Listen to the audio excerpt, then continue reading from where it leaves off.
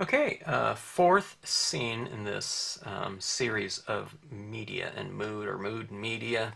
This one I wanted to go for some warmer tones to contrast against these kind of generally cooler color schemes, in achieving kind of a different emotional tone to this and whatnot. Everyone loves kind of a sunset or sunrise type of scenario. Thought we'd try some of that and really glaze a lot of colors down there, including the distress inks, Mementos, and Marvies, to achieve that type of look right there. Same technique, different colors for a different mood. Okay, fourth scene in a series of mood and media. We're still working with some glossy cardstock, 4¼ by 5½, quarter size page. And let's change the color scheme of this fourth one. Let's go for something like a sunset or sunrise type of color scheme. We're going to make a couple little tweaks here, and I'll show you what those are. A lot of the techniques that we use are they're kind of the same basic techniques, and a lot of the things that make a big difference in the end result are just subtle little changes, okay? And I'll show you what those can be. Okay, I'm just stamping this up, black ink, and I'm leaving this area just kind of bare, so because I'm going to have some yellows and oranges down here, and I don't want to have a real definitive line in this case, using that tone underneath there. Alright, so here are some subtle changes here. We're going to do a sunset or something like that, and I want to have some of the light that's going to be in the background here kind of shining on or reflecting off some of these branches right here. So on the interior here, don't take off all your ink, okay, but I'm removing some of it, okay, so it will have a lighter impression, and that will represent some light coming off of it. It won't look like it. Well, I don't know. We'll see. I was going to say, I don't think it'll look like it right now, because I'm just stamping, black on white right here, but I think it'll be more reflective of those kind of reflective types of appearances once we apply our color in here, okay?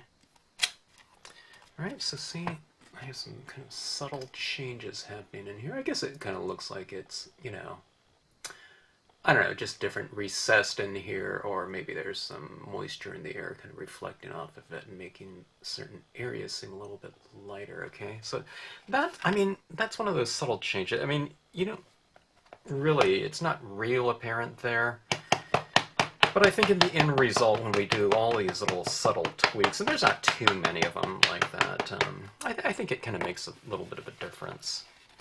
Okay, here's this tree right here, the pines and rocks, and I'll do the same. Now, if the light is coming from kind of this area, what I'll do is I'll try to wipe off the right side of some of these branches on these trees, okay? And I'm doing it with the dry paper towel. Don't do it with a wet paper towel, otherwise you'll be removing all the ink, okay? I'm going to overlap in here about 1/4 inch. There's a lot of tolerance. I mean, you could even go an inch into it if you want to, but that's just to show you that careful placement and positioning of, I would say, most of the stamps in the series in the line of Stampscapes are like that. There's a huge amount of tolerance, so careful positioning is not necessary. Just as long as you do overlap, most stamps.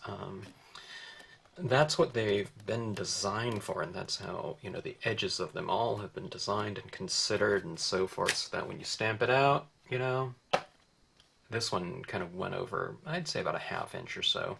But you don't want to be so careful where you're trying to match it up like edge to edge like a jigsaw puzzle. Otherwise you're going to have gaps in between all of your images. You want them all to overlap. But here's that little subtle change, okay? See how that tree is kind of darker on one side and lighter on the other? And it's the same thing right here. It's darker on this side and lighter on this side because I'm going to have the light over here. Okay, so it's kind of reflecting off the right edge on these trees right here, okay? Alright, now let me see.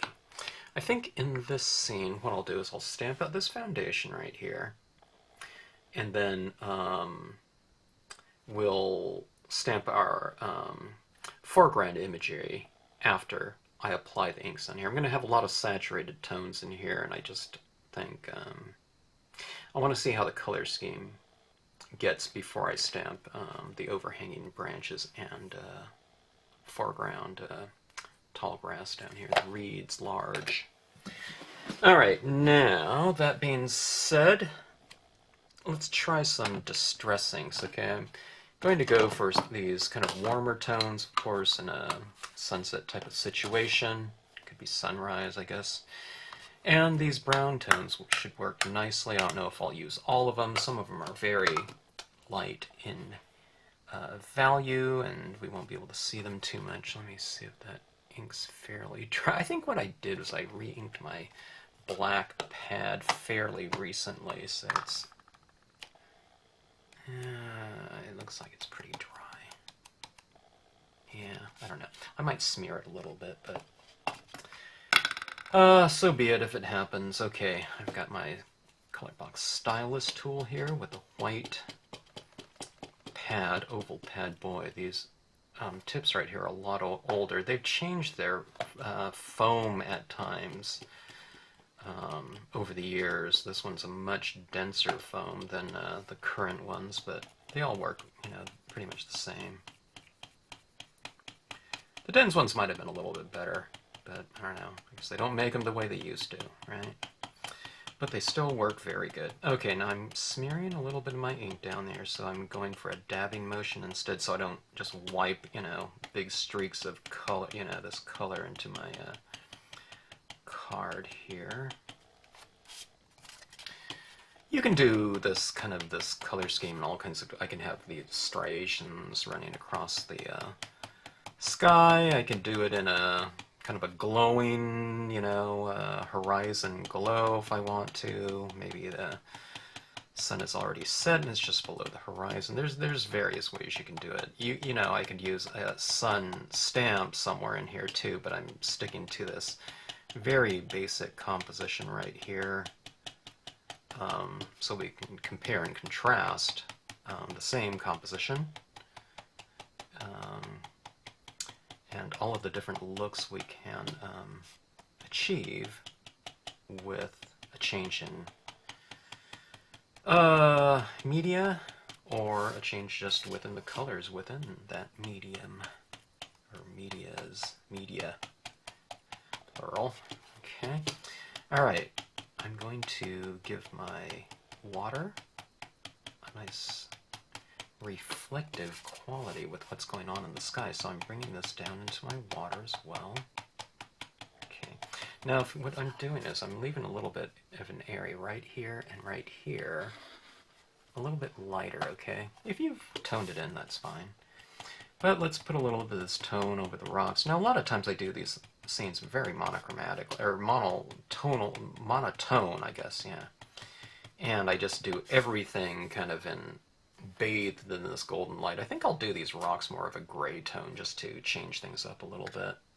You know, from the sky and the water, let's say that everything isn't just washed out in golden light at this point in time. You know, the rocks are still kind of grayish.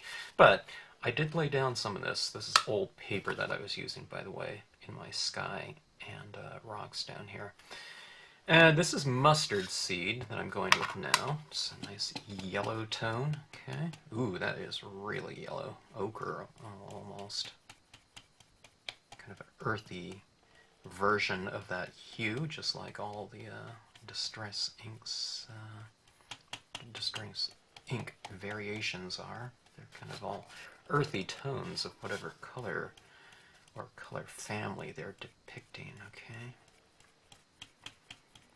This is really gliding across this page very easy because I have that old paper already layered onto the paper, so the paper is getting a little bit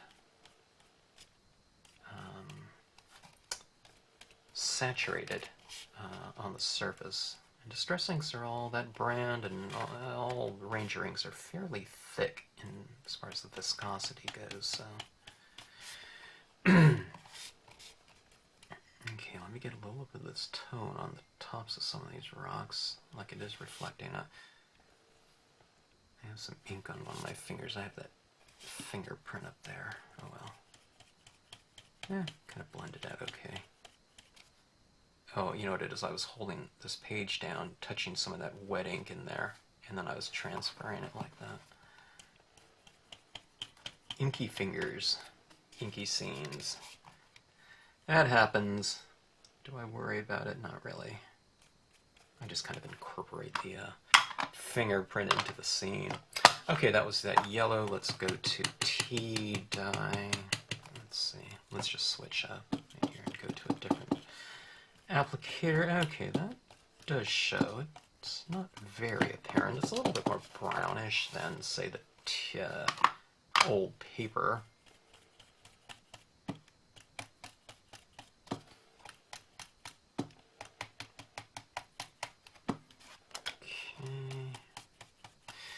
Pause this for a second and grab a couple more.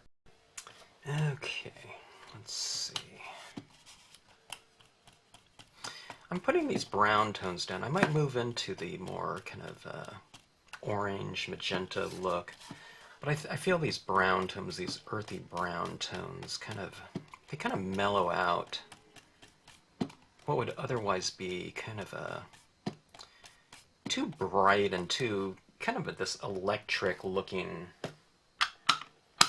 color scheme at times. So I really like using brown tones underneath, say, reds and oranges and whatnot, then just going in straight into those, which you can do. And I mean, you can put the browns over the top of those ones, but these ones just happen to be the lightest of the values that I happen to be using within this color scheme here. So I usually like starting from, you know, light and incrementally working darker.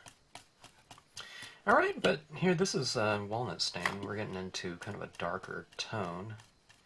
Now when I apply it over the top of all these other colors, you know, it doesn't look like that tone right there, right? It looks that tone, and I think, see, that one is much richer as a result of having all those undertones.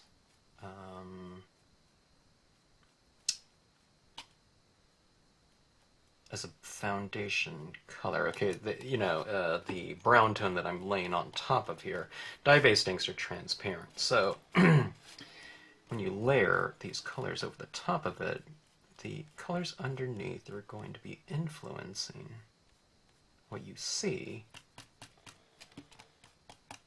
on top, or on the surface, I should say. Okay. Alright, that's it for that one. Let's start kind of, I don't know, adding some brightness into the scene. Okay, now you might have some pinks in your color schemes, your stamp pad collection out there. This one happens to be a fairly light one, okay? It's pretty bright though. Marvy inks are pretty darn bright. Look at that when I tap that out. It's a fairly bright pink, but look at the change there. Look at how that starts to really change as far as going for a different hue now, you know, going into the pink. But pink, you know, of course, when you mix it with or overlap it, in this case, with yellow, it's going to look more orange in hue. And of course, where it overlaps the brown, it looks different than that too. But look at that, kind of that haze there. That's from the brown tones, okay? If you want it to be more electric and vibrant and powerful, you know, you can just go straight with that and just, you know, bypass the brown tones too. My suggestion is always to kind of play around with things, test out some different looks. Look at that little pink down there where it went into the white, where it was just pure white, so you get these all kinds of different variations happening. I am getting some into my rocks. I'm not trying to keep the rocks just completely pure. Okay, I have some yellows and browns in them because we do need some of that color of the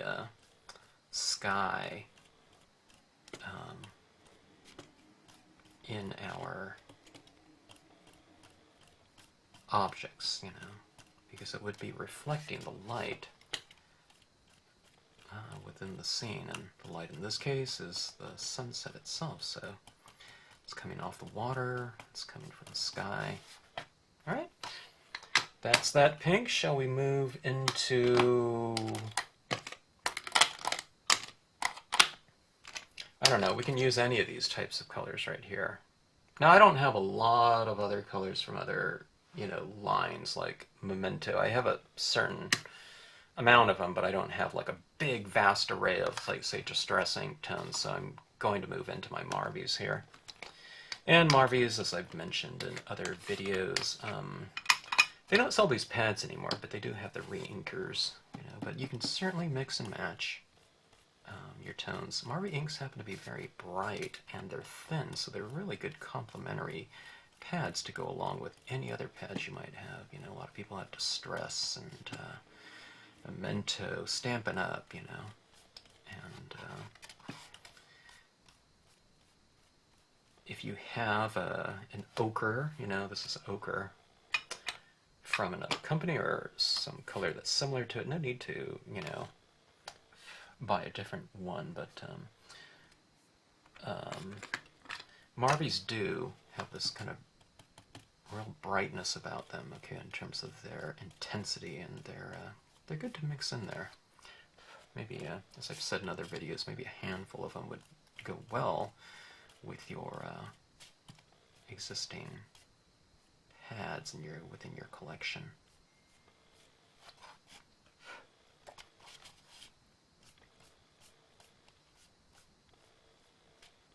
Now we're getting pretty bright again.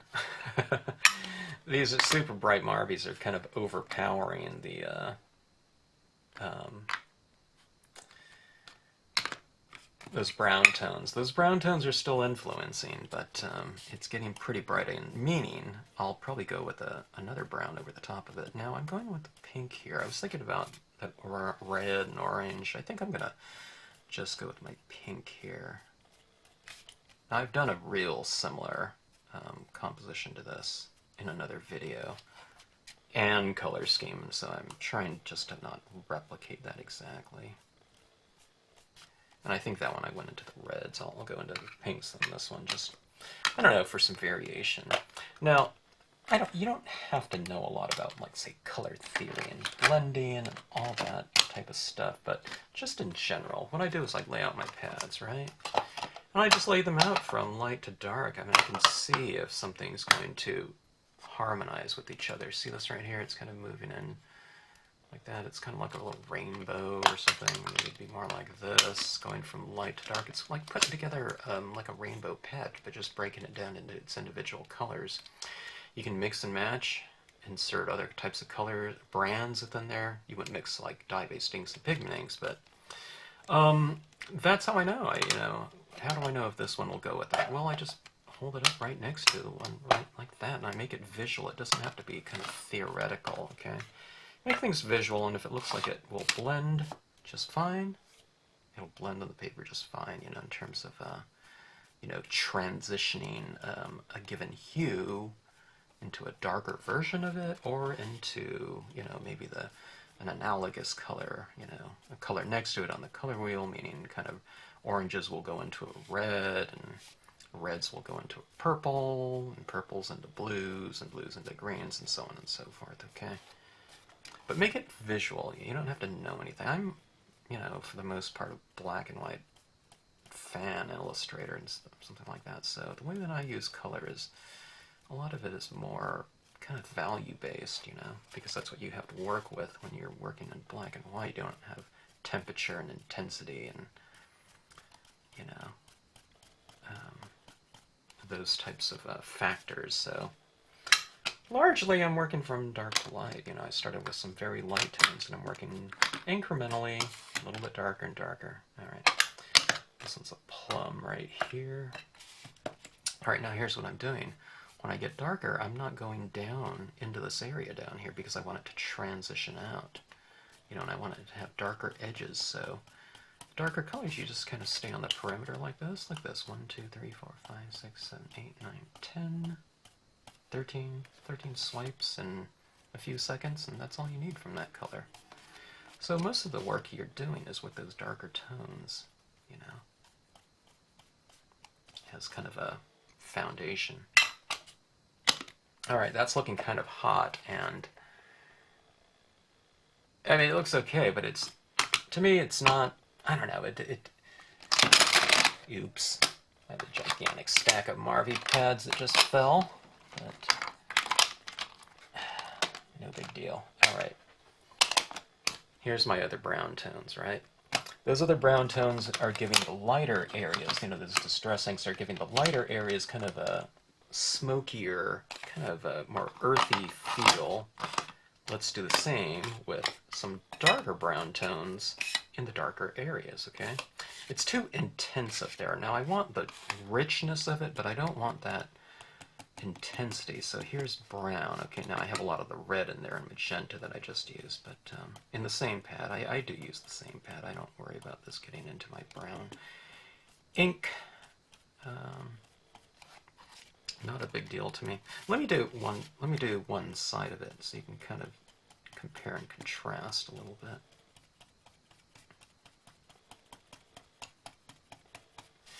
Okay, I don't know if you can see a little bit of a difference between here and here. It's subtle right now.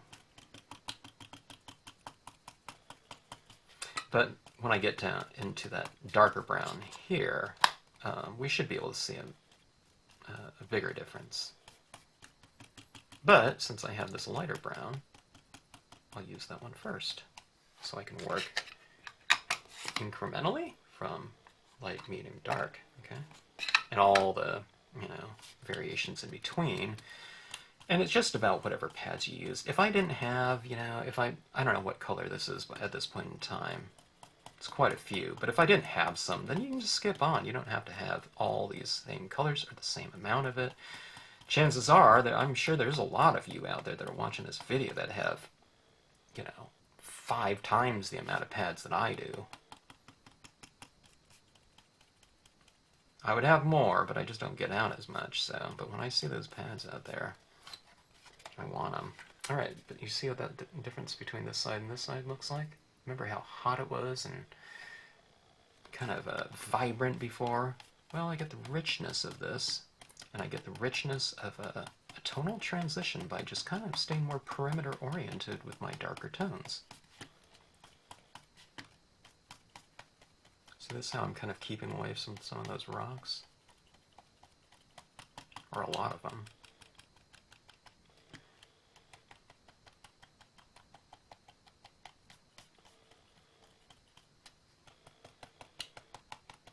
I like a nice vignette. I like how vignettes really contain a scene, and it makes it kind of like a stage, you know, like a stage production. The difference between like a stage set and like a landscape photograph, okay, is the photograph kind of represents a small section of something greater, right, you know, and, you know, compositionally, they're, you know, as a, you know, photographers, you know, we try to make something seem self-contained as far as, you know, a composition goes. You don't want it to seem like, oh, you know, what's missing over here. We want to make a complete statement. But the thing about a scene like this, or a stage production or something like that, is it is a world unto itself, you know. Everything is kind of designed, you know, in an ideal state. There's no limitations as far as lighting goes. You can have multiple things lit. You can have colored lights on things. You can have more than one kind of star at the stage. You can have multiple spotlights on things, or you can really highlight something you want by the use of spotlights. And that's the way that I see scene building more than trying to replicate, you know, something like a photograph or something of that sort. So that being said, do whatever you want, you know. There's no rules when it comes to that. Alright, see that nice strong vignette there. We have our lighting scheme in there. We still have our rocks to address, so I still need to do those. Okay, now, I tell you what, Here's my black ink right here. Let's go with a little bit of black ink vignette, okay? That was the dark brown that I used before. I like going all the way to black to really kind of contain the corners especially. See, I'm kind of just tapping it in there. I'm not doing it like this and getting like oval shapes everywhere. I'm just kind of densely tapping it in one little area. See how I'm moving it? I'm not just staying in one area like this and getting a very strong oval shape like that. Kind of keep it around, move it like this. See this? And I'm doing it over a fairly dark foundation, okay? There's a lot of dark brown in there and everything like that, so I'm not doing this kind of vignetting with this black over, like, say, you know, the old paper distress, you know. It would be harder to blend in, but I'm blending in dark into dark right now, so it's, you know, it's very easy to do. Okay, now, one of the things that I forgot to do, well, I didn't forget, I mean, you can still do it at this point in time, but I was using this water ripple stamp in this scene. Okay, now, what color would water ripples be? Would they be blue because water is blue? Well, water might be blue during, you know, something like a midday scene or something like that, right? But in the case of all this colored light bathing the scene in that warm light, the color of the surface right there, the shadows, which these ripples represent, would be some kind of color within that color scheme right there. So you can just go back to your colors that you've already used. I think the old paper would be too light, so let's try this tea dye here, okay? And let's get some texture down with that, okay? Now, the tea dye shows up where it's very light in here, right? Because the tea dye itself is very light. But the tea dye doesn't show up, it shows up a little bit right here, but over here, this color over here is darker than that color to begin with, you know? So, out in this area, you have to use a darker color. So let's go and use one of the colors that we've used in our color scheme. Let's try this brown right here. It's kind of a medium brown. And let's put this medium brown water ripple, water texture stamp, water pattern stamp in those darker areas. You see it down there? See that? It kind of gives it a nice shimmer because we're using tone and common tone for this purpose here. Okay? I'm not going to be able to see some of that brown down in the darkest of areas, so let's hit that darkest of area with our dark brown. You can do this all the way to black if the scene got really dark. Alright, so see that dark brown down there now, because it's kind of a medium dark color underneath, so you have to go with a darker color around in that area. So see that right there? So it gives it a nice shimmer, and all you're doing, you're just utilizing the color scheme that you've used through all that toning process. You're just utilizing it down here in the imagery now. Okay. Let's address some of these rocks in here. Let's go with a gray, I think.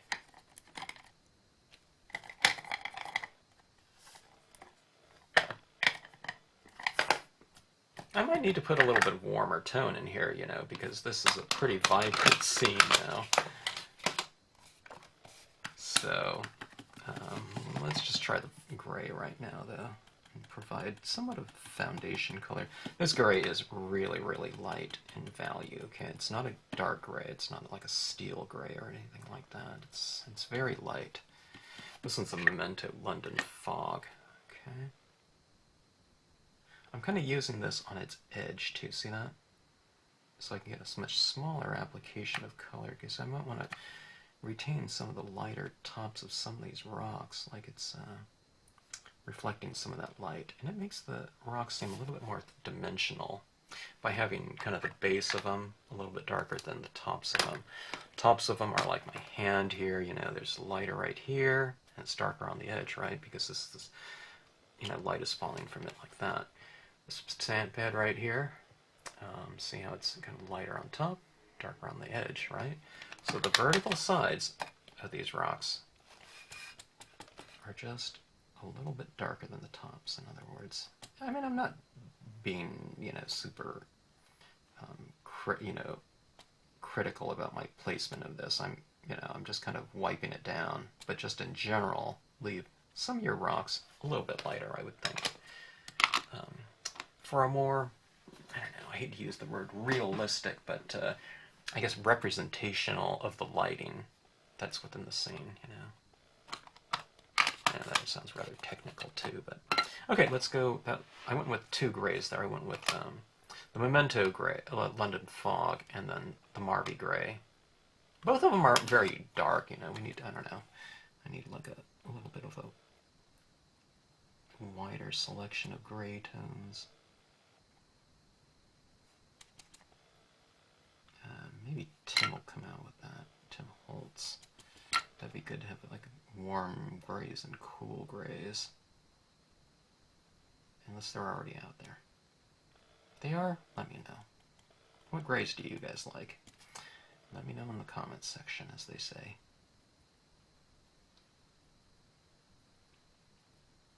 Alright, but see that? I'm kind of putting that right on the base of those rocks right there. Okay, there we go. See, those are darker on the edge. It's because I took this and I had it on edge, and I'm just kind of going right along that water line, okay? So see, on this side, they're not quite so rounded, looking. So, let's bring some of this. I'm putting some of this gray down on the water as well, right underneath the rocks, like to give the rocks an idea that they are casting a shadow. There are tones in the stamp itself, Lakeside Cove Lg. So I'm just doing some reiterating of that same idea with the color, okay? Alright, now this is the black that I'm using again. Did I say gray? I'm using black right now. But I'm not using a straight black. It's more like this right here. It's very light. See that? Okay? And that's what you can do when you're doing kind of sponge applicating. You don't have to go with a full slathering of it. Just do it nice and slow. Otherwise, you don't want to get like this big, obtrusive, kind of unintentional mark like that, right in the middle here. That's because, we're just kind of lightly dabbing like that, okay? You can do it with a, I don't know, paintbrush. You can do it with a cotton swab or something, Q-tip, whatever you feel comfortable about adding a little bit of tone. But see, I just do it nice and gently, very incrementally. I don't get these large applications of color that are kind of precarious to apply because of the rate at which I'm applying them. I'm applying colors very, I don't know, methodically and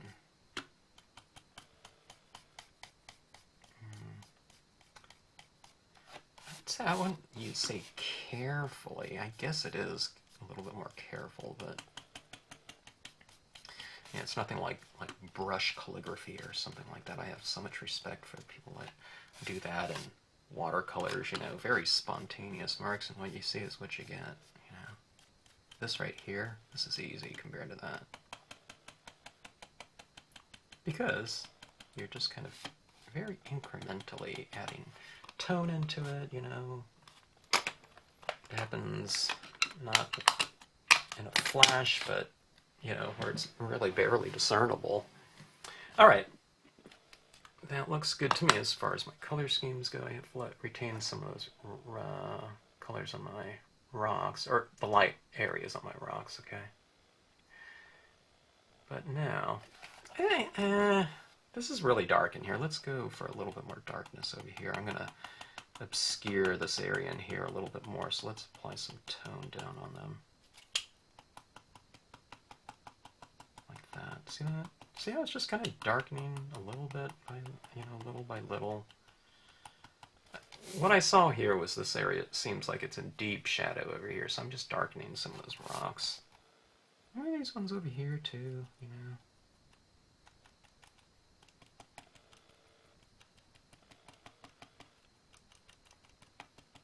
It's just barely adding a little bit of tone. See that? 4, 5, 6, 7, 8, 9, 10, 11, 12, 13, 14, 15. Like 15 taps like that left me with a like a 30% gray or something like that. That's how you have a lot of control over it. Nothing ever, you know, I've had people ask me, do you make mistakes or something like that? And I really don't, but it's not because of like skill. It's more due to methodology, about applying something kind of incrementally, I guess. But it's not being precarious, you know, it's not precarious and, you know, I don't know. Well, I guess it's not a precarious type of exercise, you know, doing that. But it does get a little bit more, I don't know, I guess hazardous, you know, in terms of, you know, getting some kind of unintentional mark the faster you work. That's why, like, something like brush calligraphy would kind of be you know, like the opposite, or, you know, watercolors, you know, people doing like watercolor washes or something like that, you know, studies, you know. I love the look of like a watercolor sketchbook types of applications. I'm not good at that, but that's probably why I like it so much. Things are so spontaneous and just, you know, one little look, you know, swatch, and it's all about the gesture and purity of the mark, and I love that look. Alright, those are the reeds down there. Stamped in black. It gives you something more, it gives you kind of a greater depth of field, and having kind of those, you know, reeds like that against that lighter textured background really gives it a nice kind of contrast to that lighting in there. So while it does cover up a lot of that lighting in there, they kind of play off of each other and they enhance each other. Now, by having something dark next to that area of water down there that's light, it makes the light seem that much lighter as a result of that kind of relationship, you know, in terms of proximity to it. In this case, it's right over the top of it. It's overlapping it. And hopefully this does the same thing. This branch in here will provide a little bit of compositional, I don't know, depth of field. It provides some framing, and you'll have something crisp and dark next to something that's, I don't know, warm and kind of a softer look. See that right there? So look at that, how that really makes that area behind it kind of glow, and I don't know, as we used to say in art school, it made that area pop, you know, because it stands out now, more now. Not that you have to have, you know, something in every scene, it's just all up to you. Okay, let's put one over here to kind of balance things out. Just using kind of this portion of this stamp right here. So landscape stamping, scenic stamping, you can always use just bits and parts for the part, you know, that you want within a scene. You don't always have to use the whole stamp image. That way you get a lot more mileage out of your designs if you kind of look at them and decide what you want. Don't color in the reflections here and stamp some grass texture down here and you have a meadow instead of a lake. You know, the only thing that states this stamp is a lake are those reflections there. You can kind of just use a tree in here. Don't color up the rest of it if you want some small trees somewhere. Alright, there you have it. Sunset. Let's take a look here. Look at that deep, vibrant glow working in there. And that's from all those colors that we use. We can, you know, you can barely, you know, see a lot of these colors, you know, and their influence on the scene, but believe me, it is so much richer and deeper looking as a result of having those undertones in there.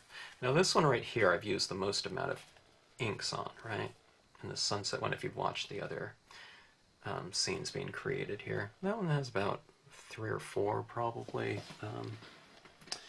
layers of color, but look at this one right here. Now this one I did stamp out just now, so it's wet. Now I'm going to spray all these when all's said and done. and they'll be much more vibrant. But look at that color depth in here. Okay, there's color depth in here, but here I've applied that texture right on top of it in light, medium, and darker tones. You know, but look at that glow working in there. All right, so sunset. Another different look for the same composition here. All right, let's see.